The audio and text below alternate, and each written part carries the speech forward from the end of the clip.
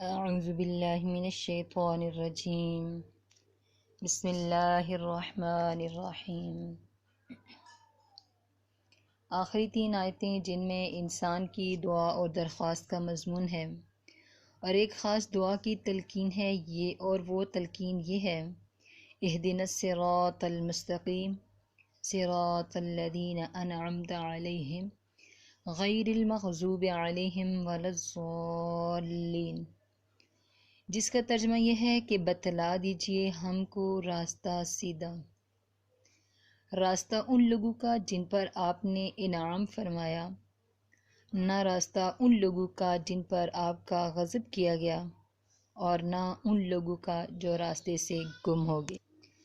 الغرض، اہدنا الصراط المستقیم ایک جامع اور اہم ترین دعا ہے جو انسان کو سکھلائی گئی ہے۔ انسان کا کوئی فرد اس سے بے نیاز نہیں۔ دین اور دنیا دونوں میں صراط مستقیم کے بغیر فلاح اور کامیابی نہیں۔ دنیا کی الجھنوں میں بھی صراط مستقیم کی دعا نسخہ اکسیر ہے، مگر لوگ توجہ نہیں کرتے۔ تو اس آیت کا ترجمہ یہ ہوا کہ بتلا دیجئے ہم کو راستہ سیدھا، یا ہدایت دیجئے ہم کو سیدھے راستے کی۔ صراط مستقیم کون سا راستہ ہے؟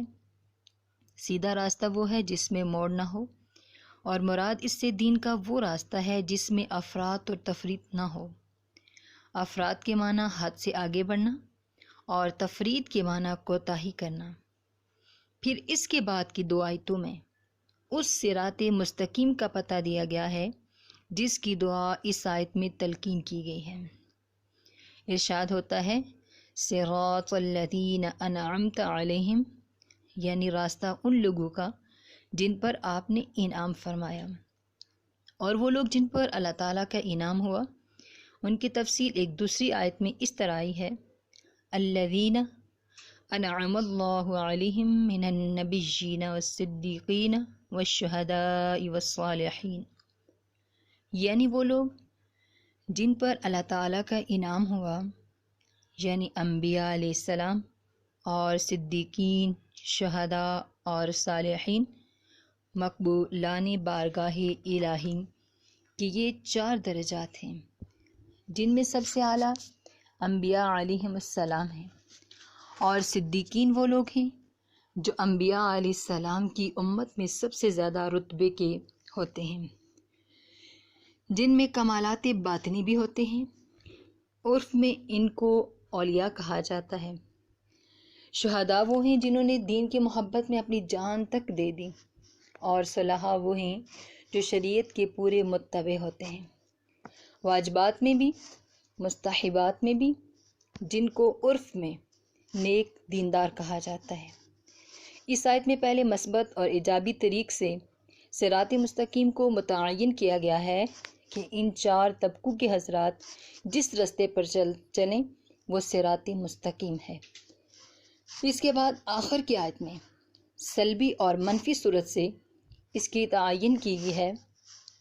ارشاد ہے: غیر المغضوب علیہم ولا الضالین، یعنی نہ راستہ ان لوگوں کا جن پر آپ کا غضب کیا گیا، اور نہ ان لوگوں کا جو راستے سے گم ہو گئے۔